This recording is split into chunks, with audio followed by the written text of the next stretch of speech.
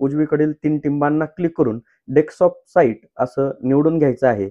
व्हिडिओमध्ये दिसत असलेल्या स्क्रीनप्रमाणे आपली स्क्रीन दिसेल। व्हिडिओतील स्टेप्स फॉलो करून आपण हा फॉर्म पूर्ण करू शकता। इथे आल्यानंतर आपल्याला जी सरलची वेबसाईट आहे education.maharashtra.gov.in किंवा एज्युकेशन महाराष्ट्र असं सर्च केल्यानंतर आपल्याला या ठिकाणी जी पहिली वेबसाईट या ठिकाणी दिसते यावर आपल्याला क्लिक करायचं आहे आणि इथे आल्यानंतर आपल्याला जी सरलची नेहमीची आपली वापरातली जी वेबसाईट आहे ती आपल्याला या ठिकाणी दिसेल। इथे आपण मराठी किंवा इंग्लिश या दोन्ही प्रकारे माहिती पाहू शकता। इथे इंग्लिशला जर क्लिक केलं तर इंग्लिशमध्ये येईल, इथे मराठीला जर क्लिक केलं तर आपल्याला ही माहिती मराठीमध्ये दिसेल। आता इथे आल्यानंतर आपल्याला इथे मुख्य पृष्ठ, सरळ विषयक आणि विभागीय लिंक असा ऑप्शन दिसतो। या डिपार्टमेंटल लिंक्स किंवा विभागीय लिंक्सला जर आपण क्लिक केलं तर क्लिक केल्यानंतर आपल्याला इथे विद्यार्थी पोर्टल, स्कूल पोर्टल, कर्मचारी पोर्टल असे विविध पोर्टल्स आपल्याला या ठिकाणी दिसतील।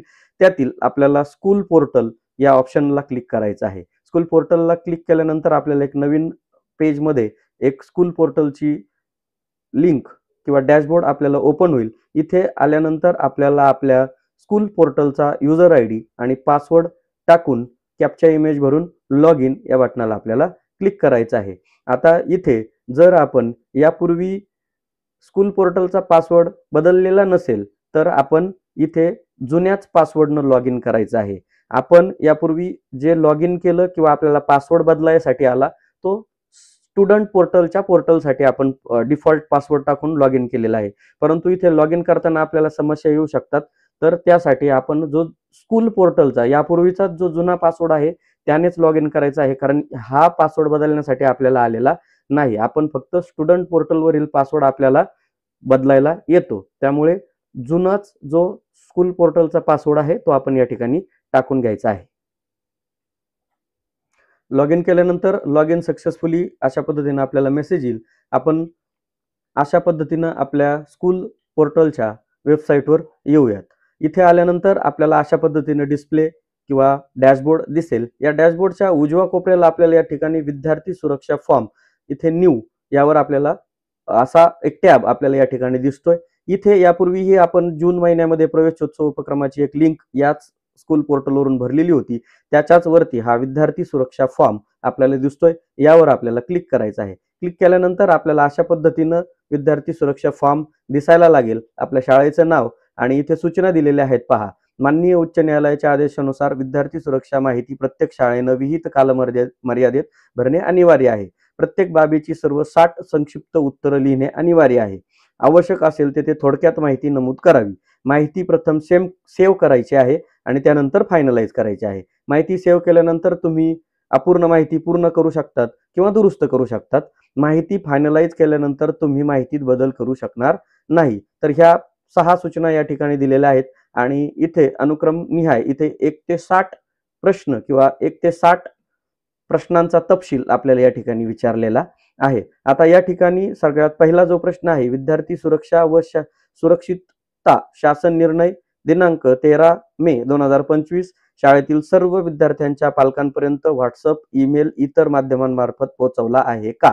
आता आपल्याला या ठिकाणी सर्वप्रथम होय या टॅबला क्लिक करायचं आहे आणि नंतरच या चौकोनात क्लिक करून आपल्याला आपण विद्यार्थी सुरक्षिततेचा शासन निर्णय आहे तो पालकांपर्यंत पोहोचवला आहे की नाही यामध्ये आपल्याला माहिती भरायची आहे। आता आपल्याला इथे होय या टॅबला क्लिक करून आपण होय आणि इथे किमान 200 अक्षरं पाहिजेत, तर त्यासाठी इथे होय ला क्लिक करून आपण इथे पुढे विद्यार्थी सुरक्षा व सुरक्षितता शासन निर्णय दिनांक 13 मे 2025 शाळेतील सर्व विद्यार्थ्यांच्या पालकांपर्यंत किंवा व्हॉट्सअप, ईमेलद्वारे आपण या मेसेज किंवा हा GR पोहोचवलेला आहे। आता हे भरण्यासाठी एक सोपं काम आपण या ठिकाणी केलेलं आहे। या ठिकाणी याच माहितीची या कॉलम मध्ये जी माहिती भरायची आहे यासाठी एक वर्ड फाईल आपण तयार केलेली आहे। तंत्रज्ञानाचे शिक्षण पर्व या ग्रुपला जॉईन करायचं आहे। याची ग्रुपची जॉईन लिंक डिस्क्रिप्शन बॉक्स मध्ये दिली जाईल। त्या ठिकाणावरून आपण वर्ड फाईल असं कमेंट्स करायचे आहे, ते ग्रुपवर ही फाईल आपण देणार आहोत आणि या ठिकाणावरून आपण फक्त कॉपी आणि पेस्ट जर केलं तर आपण इथून कॉपी करायचं आहे आणि इथे पेस्ट करायचं आहे। आता लक्षात घ्या, इथे आपल्याला माहिती भरत असताना कोणत्याही पद्धतीचा कॉमा किंवा कोणत्याही पद्धतीचे चिन्ह या ठिकाणी लागणार नाही। त्यामुळे कॉपी करताना जर समजा इथे जो कॉपी समोरचा जो 1 नंबरचा कॉलम आहे तो आपल्याला इथे कट करायचा आहे, जेणेकरून तो सेव्ह होईल। तर जर इथे कुठल्याही पद्धतीचे चिन्ह असेल तर ते या कॉलम मध्ये चालणार नाही। त्यासाठी चिन्ह विरहित आपल्याला मेसेज किंवा जे काही आपलं अक्षरी रूपात जे वर्णन आहे ते आपल्याला या ठिकाणी टाईप करायचं आहे किंवा वर्ड फाईल मधून कॉपी करायचं आहे। फक्त कॉपी करताना जर इथे 1 हा अंक जर आला, समजा हा कॉपी करताना हा 1 अंक जर आला तर तेवढा फक्त कट करून आपल्याला इथे भरायचा आहे। तर आपण ती माहिती इथे पेस्ट करायची आहे। सर्व प्रश्न इथे वाचायचे आहेत। 2 नंबरचा जो तपशील आहे, विद्यार्थी सुरक्षा संदर्भात शालेय शिक्षण व क्रीडा विभागाचा शासन निर्णय क्रमांक आणि तो जो याचं वाचन जे आहे ते शिक्षक व शिक्षकेतर कर्मचारी यांनी केले आहे का, याला देखील होय करायचं आहे। आता यातील काही मुद्दे असे आहेत की जे आपल्याला करायचेच होते, करावा लागणार आहे आणि केले नसतील तर या तपशिलातील प्रश्न निहाय संख्येनुसार आपण सर्व शिक्षक शिक्षकेतर कर्मचारी आपले जे शालेय पोषण आहार कर्मचारी किंवा शाळेतील इतर ज्या सर्व कर्मचारी आहे यांच्यापर्यंत ही माहिती पोहोचवायची आहे आणि त्यांना हे सगळं वाचन करून दाखवायचं आहे। तर इथे या पद्धतीनं होय करायचं आहे आणि दिलेला रिमार्क आपण कॉपी करून पेस्ट करायचा आहे। त्यानंतर पुढे 3 नंबरचा जो तपशील आहे, लैंगिक गुन्ह्यापासून बालकांचे संरक्षण कायदा 2012 मधील तरतुदींची अंमलबजावणी करण्याबाबत शिक्षक व शिक्षकेतर कर्मचारी यांना माहिती देण्यात आली आहे का? होय, याबाबत माहिती देण्यात आली आहे। त्यानंतर 4 नंबर, शाळेतील विद्यार्थ्यांवरील होणाऱ्या अत्याचाराची तक्रार पोक्सो, ई बॉक्स व चिराग या ॲपवर करण्याबाबत विद्यार्थ्यांना माहिती देण्यात आलेली आहे का? आता इथे जो चिराग नावाचा जो ॲप आहे त्याबाबत आपण एक स्वतंत्र व्हिडिओ आपण बनवणार आहोत। परंतु त्या ॲपवर जी माहिती आहे ती तक्रार कशी करायची याबाबत विद्यार्थ्यांना आपल्याला माहिती द्यायची आहे। दिलेली नसेल तर आपण ती माहिती प्राप्त करायची आहे। लवकरच याबाबतचा एक नवीन व्हिडिओ आपल्याला अपलोड होईल। त्या माहितीतून आपण सर्वांना या बाबतीत सांगायचं आहे, त्यासाठी चॅनलला सबस्क्राईब करून ठेवायचं आहे। त्यानंतर पुढे ह्याचाही रिमार्क दिलेल्या वर्ड फाईल मधून कॉपी पेस्ट करायचा आहे। त्यानंतर 5 number, toll free child helpline क्रमांक 1098 शाळांनी एका प्रमुख ठिकाणी प्रदर्शित केला आहे का? आता आपल्याला हा जो चाइल्ड टोल फ्री क्रमांक आहे याचा सुद्धा एक चार्ट बनवायचा आहे, एक त्याचा फ्लेक्स बनवायचा आहे आणि तो फ्लेक्स आपल्याला शाळेच्या दर्शनी भागात चिकटवायचा आहे। सध्या कुणी केला नसेल तर तात्पुरता तो बनवायचा आहे आणि तो लोगो लावायचा आहे। त्यानंतर होय म्हणायचं आहे आणि तो लोगो लावलाय याच्या संदर्भात जे वर्णन दिलेलं आहे ते इथे कॉपी पेस्ट करायचं आहे।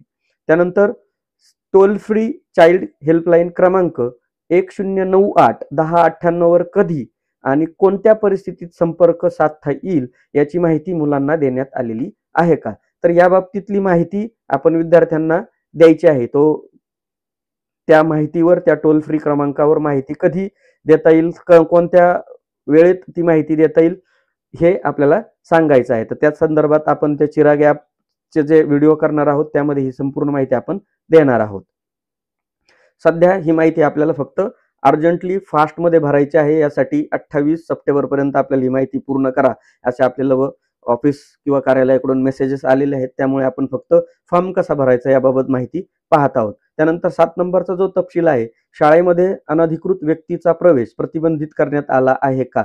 आता होय, शाळेमध्ये अनधिकृत व्यक्तीचा प्रवेश प्रतिबंधित करण्यात आलेला आहे। आपण अनोळखी व्यक्तीला आपल्या किंवा फेरीवाले असतील यांना आपल्या शाळेमध्ये प्रवेश देत नाही। त्या बाबतीत पुढे 8 नंबर, विद्यार्थी शाळेच्या परिसरात उपस्थित असताना त्याच्या सुरक्षेची संपूर्ण जबाबदारी शाळेकडून घेण्यात येते काय? होय, आपण सर्व विद्यार्थ्यांची सुरक्षेची जबाबदारी घेत असतो। त्यानंतर 9, विद्यार्थ्यांच्या सुरक्षेच्या दृष्टीने शिक्षक शिक्षकेतर कर्मचाऱ्यांची बैठक आयोजित करून आवश्यक उपाययोजना करण्यात आल्या आहेत काय? यालाही होय करायचं आहे आणि दिलेला रिमार्क कॉपी पेस्ट करायचा आहे। 10 नंबरचा मुद्दा आहे, उपस्थिती संदर्भात सकाळी, दुपारी आणि शाळा सुटण्याच्या वेळेस सायंकाळी हजेरी नोंदवण्यात येते काय? होय, आपण सकाळ आणि दुपार आणि संध्याकाळी शाळा सोडताना देखील विद्यार्थ्यांची उपस्थितीची किंवा हजेरीची माहिती आपण घेत असतो। कॉपी पेस्ट करायचं आहे दिलेल्या वर्ड फाईल मधून। त्यानंतर 11 नंबरचा मुद्दा आहे, अनुपस्थित विद्यार्थ्याबाबत त्याच्या पालकांना SMS द्वारे कळविण्यात येते का? जे विद्यार्थी आपल्या शाळेत गैरहजर असतात त्यांच्या बाबतीत आपण पालकांना याची कल्पना देतो का किंवा त्यांना मेसेज देतो का? तर होय, आपण तो मेसेज द्यायचा आहे. जे विद्यार्थी अनुपस्थित असतात त्यांच्या पालकांपर्यंत ही माहिती पोहोचवायची आहे की आपला विद्यार्थी आज शाळेमध्ये आलेला नाही.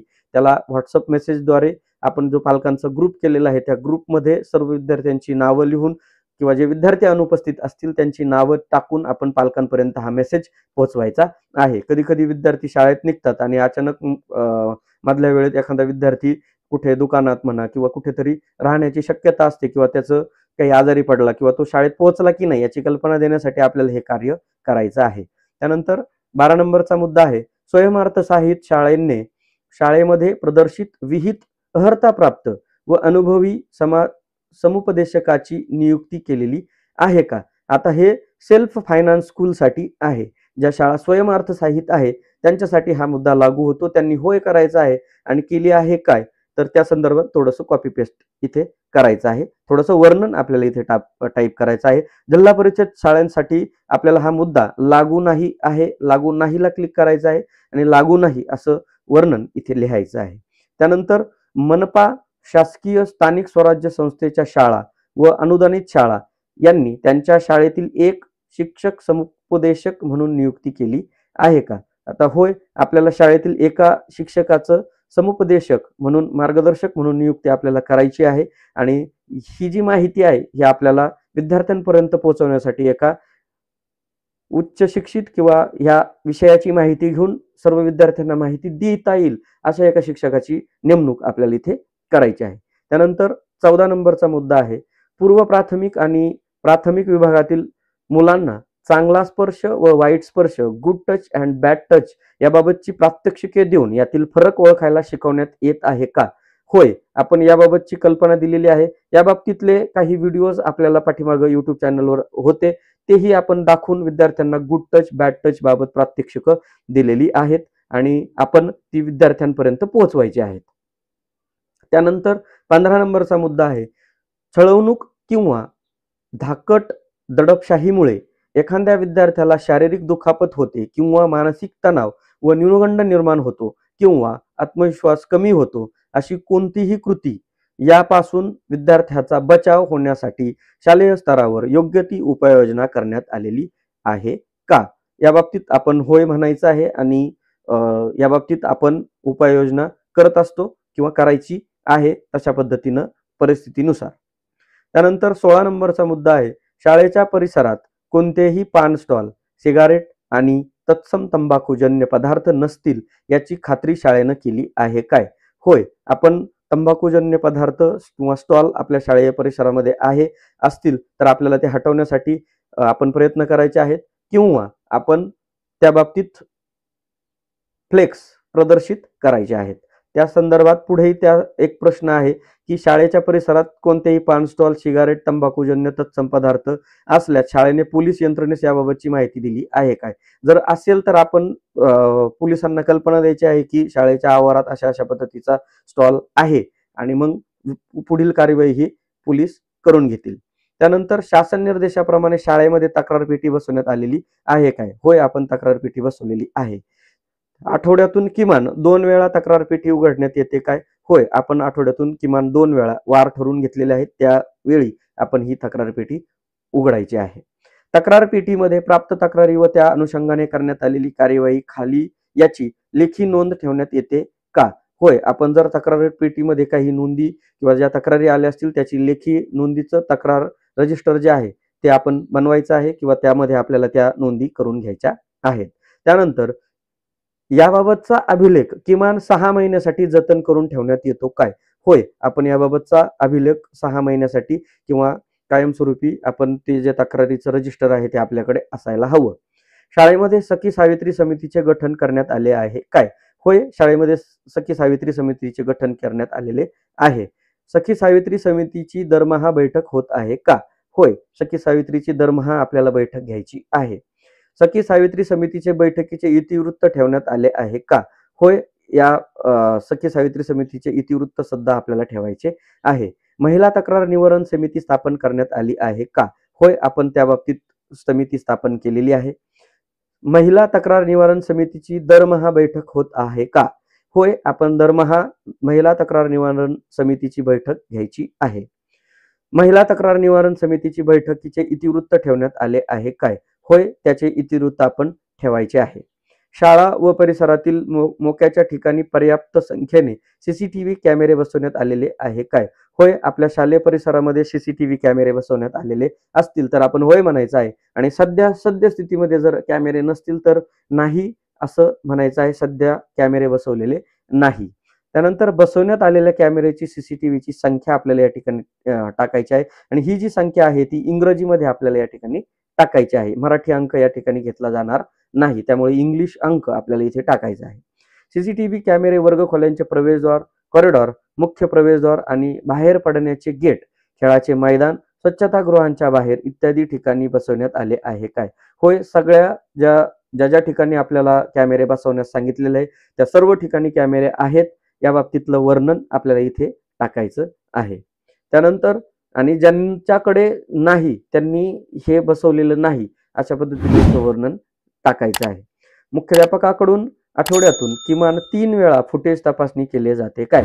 होय, आपल्याला आठवड्यातून 3 वेळा या सीसीटीव्ही फुटेजची तपासणी देखील करायची आहे की आपल्या शाळेमध्ये जर आपण नसताना किंवा इतर वेळेत कुठली व्यक्ती किंवा एखादं हिंस्र श्वापवध किंवा इतर काही गोष्टींची आपल्याला या ठिकाणी तपासणी करायची आहे.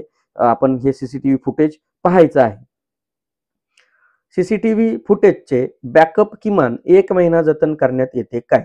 होय, आपण किमान मागील 1 महिन्याचं सीसीटीव्ही फुटेजचं बॅकअप आपल्या ड्राईव्ह मध्ये, कॅमेऱ्याचं जे ड्राईव्ह आहे त्यामध्ये डिस्क आहे त्यामध्ये आपल्याला सेव्ह ठेवायचं आहे. 1 महिन्यानंतर त्याची पूर्ण तपासणी केल्यानंतरच त्याला डिलीट करायचं आहे किंवा नाही केलं किंवा आपल्या स्टोरेजनुसार आपण हा निर्णय घ्यायचा आहे, पण किमान 1 महिन्याचं आपल्याला बॅकअप ठेवायचं आहे. त्यानंतर एकूण कार्यरत शिक्षकांची संख्या इथे टाकायची आहे आणि चारित्र्य पडताळणी करण्यात आलेल्या शिक्षकांची संख्या देखील आपल्याला इथे विचारलेली आहे. आता कार्यरत शिक्षकांची संख्या टाकून झाल्यानंतर ते जितके कार्यरत शिक्षक असतील, आता ते नियमित असतील, कॉन्ट्रॅक्ट बेसिस असतील, परंतु सर्व शिक्षकांची चारित्र्य पडताळणी आपल्याला इथे आवश्यक आहे. जे त्या शिक्षकांची चारित्र्य पडताळणी आपल्याला इथे करून घ्यायची आहे. जितक्या जणांची चारित्र्य पडताळणी झाली असेल त्यांची संख्या इथं नमूद करायची आहे. चारित्र्य पडताळणीबाबतचा व्हिडिओ आपण यापूर्वीच आपल्या चॅनलला अपलोड केलेला आहे. जर कोणाची चारित्र्य पडताळणी राहिली असेल तर आपण ती चारित्र्य पडताळणी व्हिडिओच्या मदतीनं पाहून लवकरात लवकर पूर्ण करायची आहे. त्यानंतर सर्व शिक्षकांची नियमित बाह्य स्रोताद्वारे अथवा कंत्राटी पद्धतीने नेमण्यात आलेल्या कर्मचाऱ्यांची चारित्र्य पडताळणी करण्यात आली आहे काय? म्हणजे आपल्याला इथे जे नियमित किंवा कंत्राटी पद्धतीनं हे सर्व शिक्षकांची चारित्र्य पडताळणी आपल्याला करून घ्यायची आहे आणि ती असावी, त्याची एक स्वतंत्र फाईल शाळेमध्ये करायची आहे. त्यानंतर एकूण कार्यरत शिक्षकेतर कर्मचाऱ्यांची संख्या आपल्याला इथे टाकायची आहे.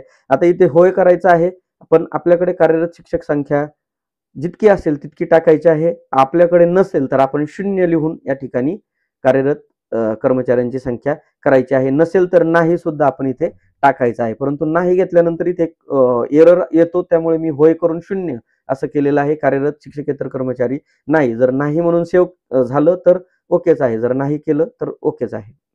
त्यानंतर चारित्र्य पडताळणी करण्यात आलेल्या शिक्षकेतर कर्मचाऱ्यांची संख्या, त्यांची सुद्धा संख्या आपल्याला इथे टाकायची आहे. त्यानंतर नियमित बाह्य स्रोताद्वारे किंवा कंत्राटी पद्धतीने नेमण्यात आलेल्या शिक्षकेतर कर्मचाऱ्यांची चारित्र्य पडताळणी केलेली आहे का? लागू नाही आणि शिक्षकेतर कर्मचारी नाही असा ऑप्शन आपल्याला इथे निवडायचा आहे.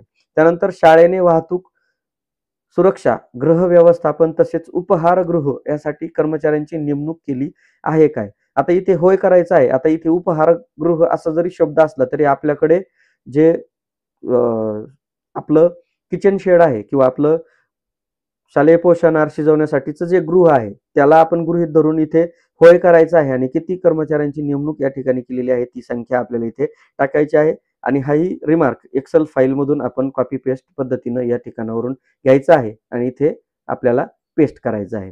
त्यानंतर शालेय वाहतूक सुरक्षा, आता इथे वाहतूक पण विचारलंय, गृह व्यवस्थापन विचारलंय, उपहारगृह पण विचारलंय, त्यामुळे इथे एकूणच संख्या टाकायची. जर वाहतूक पण असतील, गृह व्यवस्थापन पण असेल, उपहारगृह पण असेल तर त्यांची इथे एकूण संख्या टाकायची आहे आणि आपण इतर जिल्हा परिषद शाळा ज्या असतील त्यांनी फक्त स्वयंपाकी व मदतनीसची माहिती इथे ती संख्या आपल्याला इथे टाकायची आहे आणि त्यांची सुद्धा संख्या टाकून झाल्यानंतर त्यांची सुद्धा चारित्र्य पडताळणी झालेली आहे काय, तर इथे सुद्धा आपल्याला त्या सुद्धा स्वयंपाकी आणि मदतनीस यांची सुद्धा चारित्र्य पडताळणी आपल्याला करून घ्यायची आहे आणि त्याची संख्या इथे टाकायची आहे.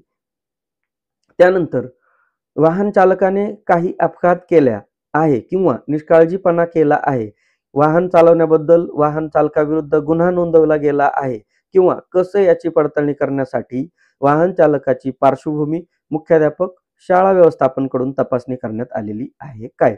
आता हे आपल्याला या ठिकाणी लागू नाही आहे जिल्हा परिषदसाठी, परंतु ज्या शाळांना हा लागू आहे त्यांनी इथे जो वाहन चालक आपल्याला नेमणूक करायची आहे त्याची सर्व पार्श्वभूमी तपासणी करूनच त्याची निवड आपल्याला करायची आहे.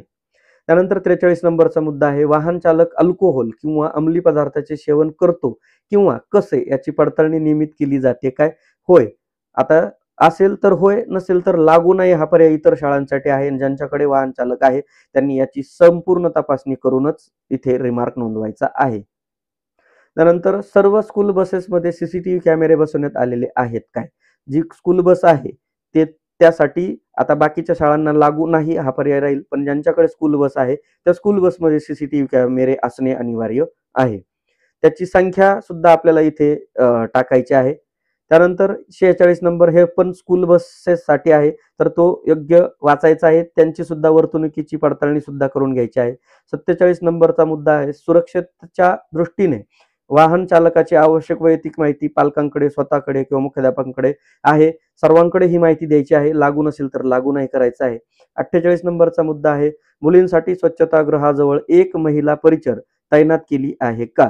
आता हे मोठ्या शाळांकडे अशा पद्धतीचं महिला कर्मचारी असू शकतात, परंतु आपण सोयीनुसार आपल्या शाळेतील एखादी विद्यार्थी मोठ्या वर्गातील जी आहे ती विद्यार्थी प्रतिनिधी जी आहे तिला आपण उपस्थित ठेवायचं आहे आणि तशा पद्धतीचा रिमार्क आपण या ठिकाणी टाकून घ्यायचा आहे. त्यानंतर मुलांसाठी सुद्धा सेम आहे. 50 नंबरचा मुद्दा आहे, मुलींसाठी स्वच्छतागृहामध्ये सॅनिटरी नॅपकिन मशीन आणि इन्सिनरेटर मशीन बसवण्यात आलेले आहे का. तर हा मुद्दा ज्या शाळांसाठी लागू आहे त्यांनी लागू करायचा आहे, ज्यांना लागू नाही त्यांनी नाही म्हणून लागू नाही असं करायचं आहे. मोठ्या वर्गासाठी हा मुद्दा आहे. त्यानंतर 51 नंबर, प्रवेशद्वाराजवळ अभ्यागताचे प्रवेश निर्गमन नोंदवही ठेवण्यात आलेली आहे का.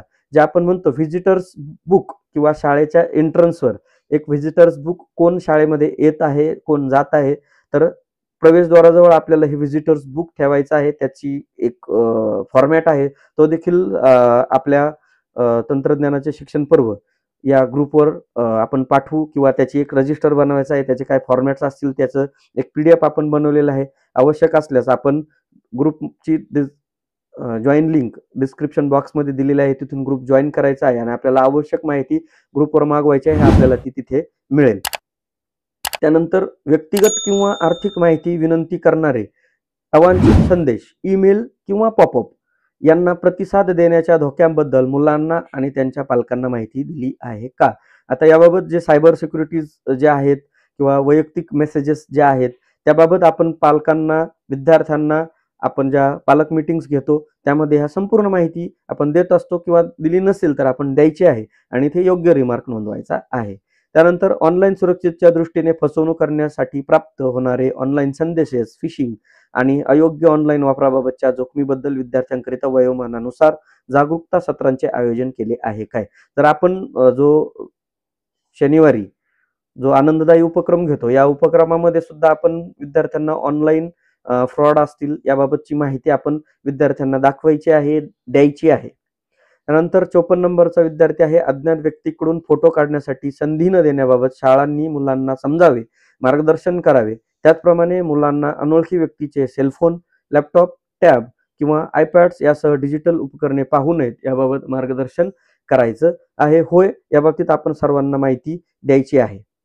त्यानंतर इथे 55 नंबर, अज्ञात व्यक्तीकडून विद्यार्थ्यांना आलेले संदेश किंवा गुप्त ठेवण्याच्या विनंतीसारखी कोणती संशयास्पद ऑनलाईन कृती याबाबत निर्भयपणे तक्रार करण्यास विद्यार्थ्यांना प्रोत्साहित करण्यात आले आहे काय. जर अशा पद्धतीचं काही माहिती मिळत असेल आणि येत असेल तर विद्यार्थ्यांना ती देण्याबाबतीत किंवा कोणावर असे काही विद्यार्थी लाजळू असतात तर त्यांना आपल्याला प्रबलन द्यायचं आहे, त्यांना प्रोत्साहित करायचं आहे ती माहिती देण्यासाठी आणि ती घ्यायची आहे आणि त्यावर योग्य ती कार्यवाही करायची आहे. त्यानंतर शिक्षक किंवा पालकांना बालकांच्या हक्काबाबत तसेच बालकांशी संबंधित बालन्याय काळजी म्हणजेच पोक्सो जो कायदा आहे याची माहिती देण्यात आलेली आहे काय? होय, आपण याबाबतचं जे जी-आर असतील ते पालक ग्रुपवर पाठवत असतो किंवा ज्या माता पालक असतील, महिला तक्रार निवारण असेल, विद्यार्थ्यांबाबत आपण ह्या कायद्याविषयी माहिती द्यायची आहे. त्यानंतर विद्यार्थी सुरक्षेच्या अनुषंगाने सर्व संभाव्य आपत्कालीन परिस्थितीसाठी एक आपत्ती व्यवस्थापन योजना विकसित करण्यात आली आहे काय? डिझास्टर मॅनेजमेंट आपण ज्याला म्हणतो ते आपल्याकडे उपलब्ध असायला हवं. होय आणि योग्य तो रिमार्क इथे टाकायचा आहे. विद्यार्थी सुरक्षा समिती स्थापन करण्यात आली आहे काय? होय, आपण विद्यार्थी सुरक्षा समिती स्थापन करायची आहे. त्याची बैठक होते काय? त्याची बैठक दरमहा आपल्याला घ्यायची आहे. त्यानंतर विद्यार्थी सुरक्षा समितीच्या बैठकीचे इतिवृत्त ठेवण्यात आलेले आहे काय? होय, त्याचे इतिवृत्त सुद्धा आपण ठेवायचं आहे. त्याचं रजिस्टरच करून ठेवायचं आहे जेणेकरून ते आपल्याला केव्हाही कधीही जेव्हा आपले प्रशासकीय अधिकारी आपल्याला तपासणी करण्यासाठी येतील तेव्हा ते आपल्याला दाखवता येईल. आणि सर्वात शेवटी आपल्याला इथे मुख्याध्यापकाचं नाव आणि त्यांचा मोबाईल नंबर टाकून ही माहिती सेव्ह करायची आहे. सेव्ह केल्यानंतर आपला डाटा सेव्ह सक्सेसफुली अशा पद्धतीने माहिती येईल. पुन्हा क्लिक हिअरवर क्लिक करायचं आहे आणि ही विद्यार्थी सुरक्षेची माहिती आपली फक्त सेव्ह झालेली आहे, परंतु आपल्याला त्याला फायनलाइज करायचं आहे. त्यासाठी सगळ्यात खाली यायचं आहे आणि ते फायनलाइज नावाचा जो टॅब आहे, या फायनलाइज नावाच्या टॅबला आपल्याला क्लिक करायचं आहे आणि इथे कृपया खालील प्रश्नांसाठी होय, नाही, लागू आहे एकापेक्षा जास्त पर्याय आपण निवडू शकता. त्याला ओके करायचं आहे आणि ही माहिती फायनलाइज करायची आहे. परंतु एक गोष्टीची काळजी इथं घ्यायची आहे. आपण फायनलाइज केल्यानंतर आपल्याला या माहितीमध्ये कोणत्याही प्रकारचा बदल करता येणार नाही. त्यामुळे आपण इथे जी माहिती आहे ती माहिती अचूक निवडायची आहे. आता इथे पहा रेड रंगामध्ये एरर आलेले आहेत. आपल्याला इथे होय, नाही ही स्वरूपात ही माहिती निवडून अचूक ऑप्शन्स आपल्याला या ठिकाणी टाकायचे होते. ते टाकून घ्यायचे आहे आणि जर दुरुस्ती करायची असेल तर थोडा वेळ घ्या. याची कंट्रोल पी करून आपण याची PDF देखील सेव्ह करून घेऊ शकता. याची प्रिंट काढा आणि ती पुन्हा एकदा काळजीनं वाचा आणि वाचून झाल्यानंतर आपली खात्री झाली त्यानंतरच आपण फायनलाइज हे बटन दाबायचं आहे आणि ही माहिती फायनलाइज करायची आहे. ही माहिती फायनलाइज झाल्यानंतर आपल्याला इथे फायनलाइज झालेलं दिसेल. इथे आपल्याला माहिती फायनलाइज झालेली दिसेल. तर अशा पद्धतीनं आपण ही संपूर्ण माहिती अचूकरित्या भरायची आहे. काही अडचण किंवा काही समस्या असल्यास कमेंट सेक्शनमध्ये कमेंट करा. व्हॉट्सअप ग्रुपची लिंक ग्रुपच्या या व्हिडिओच्या डिस्क्रिप्शन बॉक्समध्ये दिलेली आहे. याची वर्ड फाईल आपल्याला इथे प्राप्त होईल. कमीत कमी वेळेमध्ये ही माहिती भरण्यासाठी आपल्याला त्या फाईलची मदत होणार आहे आणि अशाच पद्धतीचे नवनवीन व्हिडिओ किंवा नवनवीन अपडेट्स आपल्याला या YouTube चॅनलवर भेटतील. त्यासाठी सचिन गायकवाड तंत्रज्ञानाचे शिक्षण पर्व या YouTube चॅनलला नक्की सबस्क्राईब करून ठेवा आणि ही माहिती आपल्या सर्व शिक्षक बांधवांपर्यंत नक्की पोहोचवा. धन्यवाद.